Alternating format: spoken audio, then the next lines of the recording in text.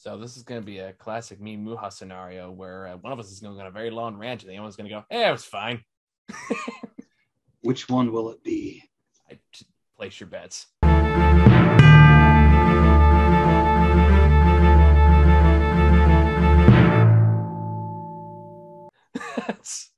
Anyway, all right. So, Lightyear, you have some thoughts on it. Proceed. Yeah, I fucking hate it. Okay.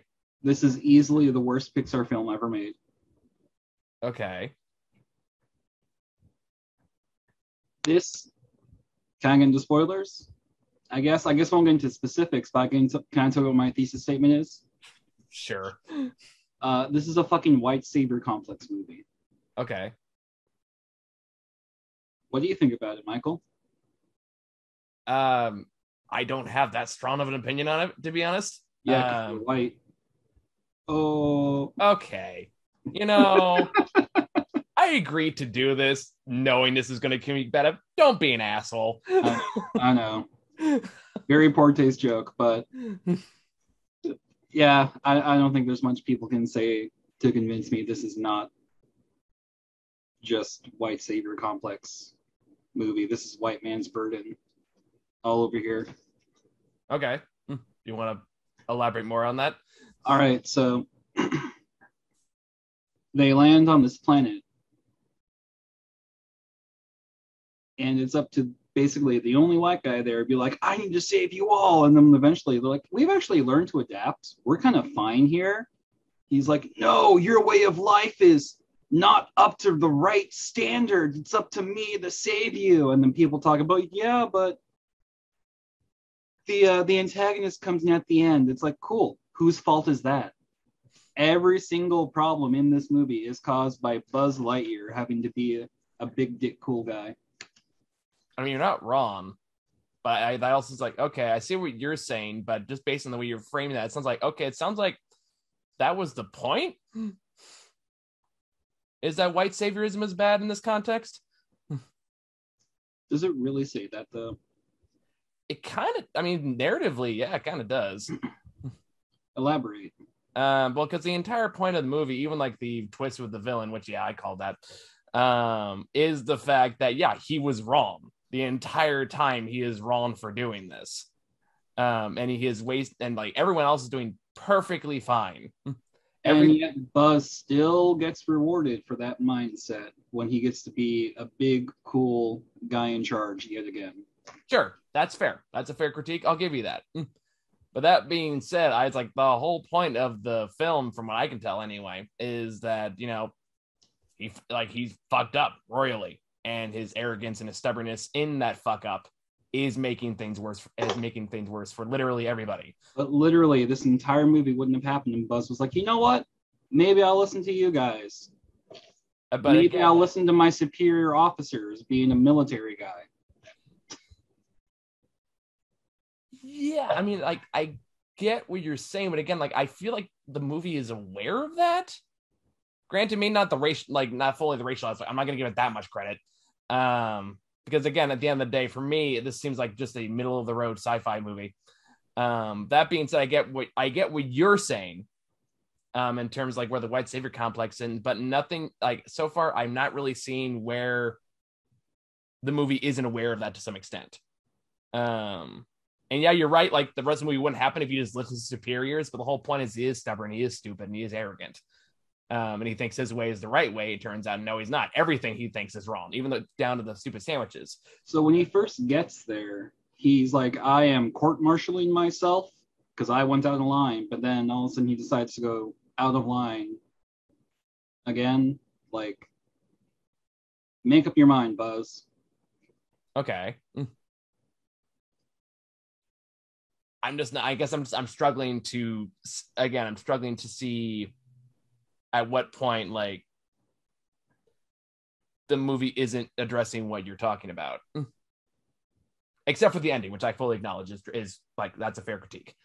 The ending's what ties it together. That kind of just hand waves my whole issues with it off. Mm-hmm. Okay. So I guess more question is like, this isn't meant as a critique. This is me genuinely asking. Okay. Is like, okay, so what could have they done differently to address that more thoroughly?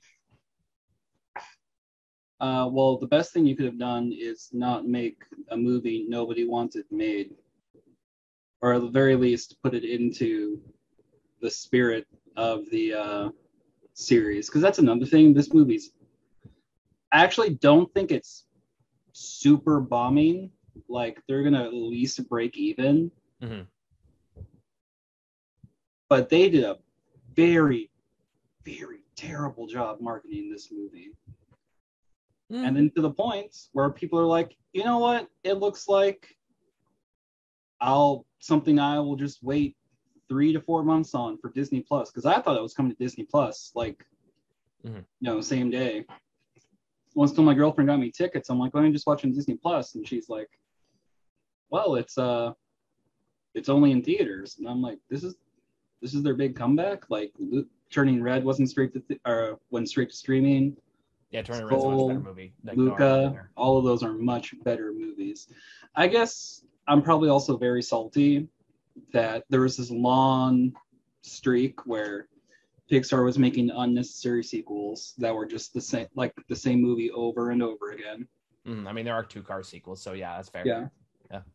Like Finding Dory. Incredible. Yeah. Okay, Monsters University isn't great, but it's different. It's a completely different movie. Yeah. No, I like Monsters University for what it is. Yeah, I mean the first one's way better, but it is. Yeah, it's definitely better than a lot of this other stuff. And then there would be like the Coco in there, or the Luca. And it's like, is this really worth going back to? Oh, the other thing I'm really salty about, this ignores 64 episodes worth of Buzz Lightyear Star Command canon. I mean, I feel like for you and me especially, since we're both comic nerds, I'm in the theory it's like continuity means fuck all at this point.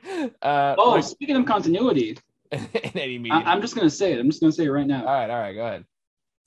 Spoilers for the big twist in this movie. Yep. Buzz Lightyear pulled a Futurama. Yeah, I did. Back in time and fucked his own mom because Zurg is Buzz Lightyear. Yes. But wait, it was just a Star Wars reference. You know what else it was? Canon to in-universe Toy Story. This goes on the thing like you cannot convince me that Buzz Lightyear didn't pull a Philip J. Fry and go back and fuck his own mom. Sure, if that's the kind you want to go with, I don't like. What the fuck? Like that. My theory on canon continuities in general is just like at the end of the day, none of it matters. It changes all the time. It's completely irrelevant. It like if you're focusing on that, you're focusing on the wrong thing. Now, granted, I'm not saying that like I'm not questioning the sanctity of the Buzz Lightyear lore. Because like for me, it's like that goes in the category of just not worth getting upset about. And that's kind of how I feel this movie in general for all its flaws. And it definitely is a lot of flaws. Like this at the end of the day, the way I look at it is like, you know, it's a sci-fi movie for kids. It's a fun sci-fi movie for kids. Like other ethical issues there, like whatever the case may be, it does what it wants to do. It has a message it wants to say, may not perfectly, but it sets out what it wants to do. I don't think there's been any official comment on this, but I have an inkling that this was not supposed to be a Buzz Lightyear movie. It would not surprise me if that's the case. That goes in the category like, doesn't need to exist? No. Like, I'm not going to argue it's like this needed to be made. This needed to exist. Even as its own separate IP. Yeah, like this did not need to exist. I'm not going to argue. I'm not going to try to justify that. Like, Bright Week. If this was Bright Week, it still wouldn't be good. But I have a feeling, because you know what movie Disney's coming out with this year? What's that? It's about a family that goes on interstellar planet. Oh, right. Yeah, the one that's like retro kind of like 80s sci-fi. So Disney probably realized we're just going to kind of cannibalize our own competition.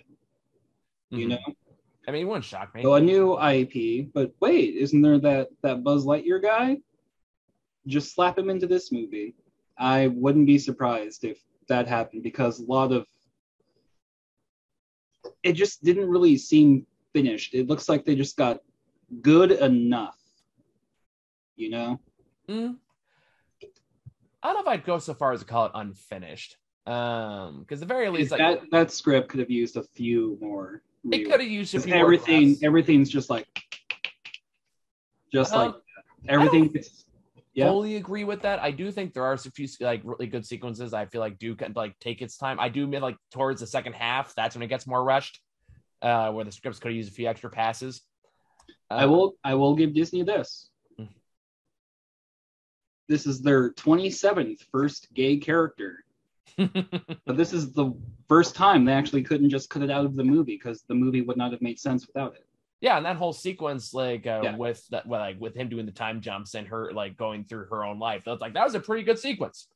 Yeah, that hit home. That did what it needed to do. It like set the tone right, and it does kind of set this whole like fuck up angle again. Whether or not like how much that plays in White Savior, I do see it. I just don't think it is like I don't know. I can't say it's unintentional.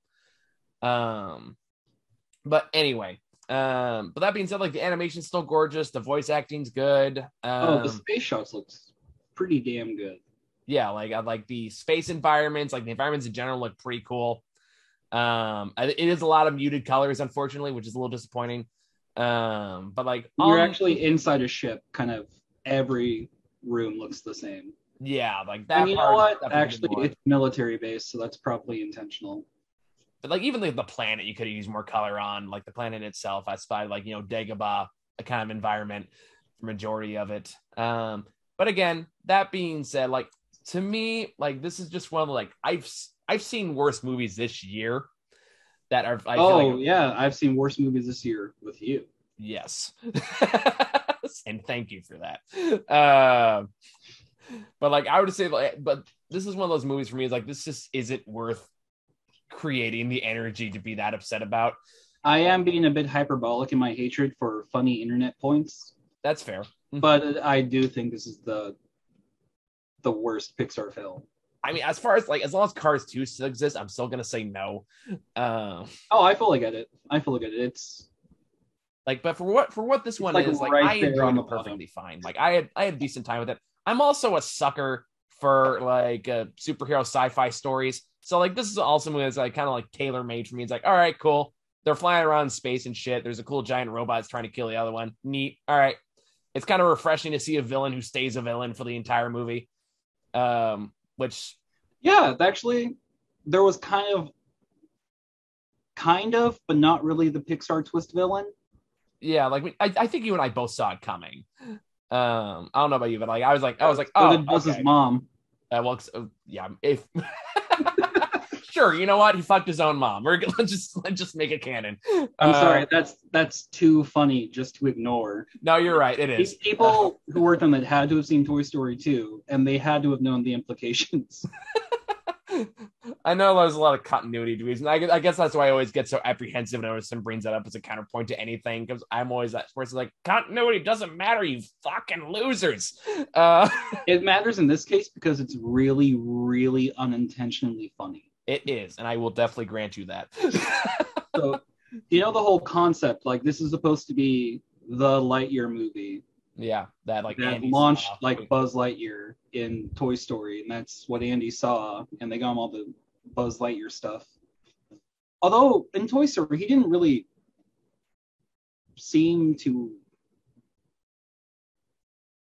care beforehand. No. And that goes in the issues you have with Star Wars, where it's like, how did Obi-Wan not recognize R2-D2? It's like, because they didn't know that happened back then. That's the real reason. No, I mean, like, he was excited, but I don't know. Like, the Buzz Lightyear toy is the first thing he gets, and then his entire room changes to merchandise. It's like, I want to see the Woody's Roundup movie. We kind of did in Toy Story 2, technically. Well, we also saw the Buzz Lightyear Star Command, which was an in-universe show that they all watched about Buzz Lightyear. Yes, so and clearly that somebody thought of Zurg fucking Buzz's mom and retconned it in the TV show, so he's just this evil emperor. So, what was I just going to say? Oh, yeah, so Tim Allen, elephant in the room, quite literally. Yeah. What they should have done to really sell that whole point, like, this is the thing. It's like, we need Chris Evans for the Buzz Lightyear doll. We can't do it. And then Tim Allen just comes and like, yeah, I'll do it. Like, come on. Pretty funny. Come on. That would have been a much better after credit scene than what was in the movie. There's like 3 after credit scenes. Maybe did I stop after the first one then? I think it stopped at the first one because there's 2 joke ones and then there's the serious one at the end where it turns out Zurg's still alive. Okay, I did not see that. Yeah, it's like that's at the very, very end. Like you gotta wait past the last 2 logos. Okay, so I dipped after the first credit scene then. Yeah, there's one with like the bug shield. There's one more joke one that I forget, and then there's one like, oh, will this do enough well for a franchise? We'll see. Yeah. Speaking of, well, apparently not. It's not going to be well for a franchise. Speaking of the whole red button thing, where it's like you can never touch that button. Oh yeah, and then turns out it's a bunch of balloons. I was like, yeah, okay. What? I don't know. Okay. Again, and then the wings at the end. It's like, well, even if you ignore the fact the button makes the wings, you can change that, whatever. Those wings would have been very helpful at multiple points throughout the movie. I know, right? That's why I had to get it towards the end. It's kind of like the new like Horizon game where you only get the flying animal at the very end because if you got it early, it would just break the entire game. But why didn't Buzz just use his wings and fly into Mordor? Well, first of all, because the Eye of Sauron would see them. Duh. Yeah. That's why they didn't fly the eagles in. Are we just jumping over to Lord of the Rings and talking about the plot holes there? But no, I get your point though. Yeah, like I don't know, like this is one of the reasons I was watching it because I got your text before I saw it because you texted me about this and just said, so my girlfriend bought me tickets to see this. Have you seen it yet? And I'm like, oh fuck. It's gonna be one of those reviews. All right. So I text you back and like, no, I'll see it probably like Wednesday or Thursday. It's like, I have some thoughts. I'm like, oh god damn it. It's not that I don't like these discussions. It's more like, oh man, it means I can get defensive because I'm probably gonna be okay with it. It's not like Morbius where we both know we're just gonna hate ourselves a little bit after leaving, you know? Oh yeah, or Firestarter. Firestarter. I'll be there. Firestarter was kind of funny because that's when I just texted you like, oh, fucking hate Firestarter. When? But so like yeah. I'm watching like, fuck, he's gonna come at me with something that I'm not gonna be prepared for because I'm not seeing it. And sure enough, man, like white savior, I'm like, oh, there it is. All right. Do I think it was intentional? No. But most aggressive stuff like that is not done intentionally. And I feel they probably should have had somebody take a look and go like, how about if we make his entire crew people of color, we don't spend the entire time having him tell them that the way they live life is wrong and they can't make good ideas. And it's only once he gets their approval, he allows them to. Like, somebody should look down and been like, okay, you know what? Maybe we got... And that is fair. Yeah. That is a fair critique, and I will give that. Like, the script could easily pass with a racially sensitive lens, I guess would be the best way to put it. Yeah. Just because I get the word they're doing. It's like, oh, look, we all these characters, people of color in this movie. It's going to be cool. But then, like, the framing you put that in does like, ooh, okay, it's not great. It's not the worst thing we could have done. And we've probably done worse. But was it malicious? No. There's no doubt in my mind they were not going like, we need to do it like this. Yeah, we'll make Rudyard Kipling proud. But yeah, like I do agree. I don't think they read The White Man's Burden and decided to make this. But at the same time, it's like you should have had HR or not HR, like your cultural sensitivity director or something, be like, you know what? I have some notes. Yeah, like can we take another pass at this and just clean this up a little bit? Because like there are good ideas there. It just need to clean up some of the more questionable bits. And maybe not have your villain fuck your mom. The more I think about it, the more I think they did that on purpose. Well, now it's my own headcanon, so that's just there now. Well, we need to see pictures of Buzz's mom to figure out. But I do gotta say, just from a purely just villain standpoint, because I always love the villains, I do just appreciate this is the first Disney movie in a while where they didn't have a redemption arc. Oh yeah, which is honestly kind of refreshing. We already had Zurg's redemption arc in Toy Story 2. Oh, that's a good point. All right, so I guess that's gonna be the sequel. This gets that one, which it probably won't, unfortunately. Just Zurg comes back. It's like, I've missed so many birthdays, son. Man, that's gonna open a Pandora's box in that sequel. So by the way, I had some time when I got back here. It turns out this ship is pretty good at going places. So. Dad, how did you and Mom meet? Don't worry, son. You'll find out. Oh, someone's going to write that now. It's going to be horrifying. So. Yeah. Lightyear. Better than Jurassic Park. I believe it. I still need to talk about. Significantly worse than Turning Red. Yes. That I will agree with. Even though I like both movies, Turning Red is a lot better than this. It's still better than Uncharted. I will say that. You saw that? We did, unfortunately. Why? Because I have a movie. Sometimes you can just judge a book by its cover, and you're okay to do so. You know? I mean, it's not even the worst compared to last year. We still had like 3 of the worst movies I've ever seen last year. Was music last year or 2020? No, last year, 2021. Because that had music. Sia's Music, Licorice Pizza, and Dear Evan Hansen. Which, yeah, we've had the conversation. That's clusterfuck right there. Was that? Yeah. I said that's a clusterfuck right there. That was like probably one of the worst years since year 1. And year 1 had Movie 43 and Scary Movie 5. I remember that. I do. I fucking remember that. I still got trauma dreams from that.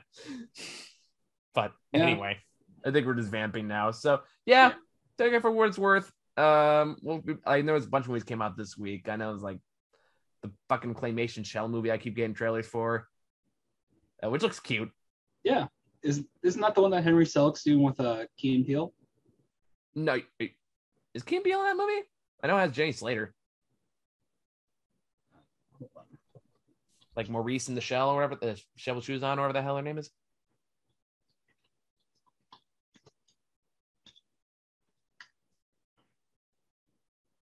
Oh, Marcel the Marcel, that's what it is. Yeah. And of course, okay, no, that's not the one I'm thinking of. But Henry Selick is doing a stop-motion horror musical with Key and Peele. I am instantly interested. Me too. I am. It also becoming a musical got me interested in Joker 2. I heard about that. That is literally the only thing that caught my attention about Joker 2, because you and I both know how much that movie fucking sucks. Ha ha land is what they'll call it. That's pretty good. And then of course there's Elvis and the Black Phone. So I'll make time for what I can this week and probably. One of my castmates said they saw Elvis and said it was shockingly good.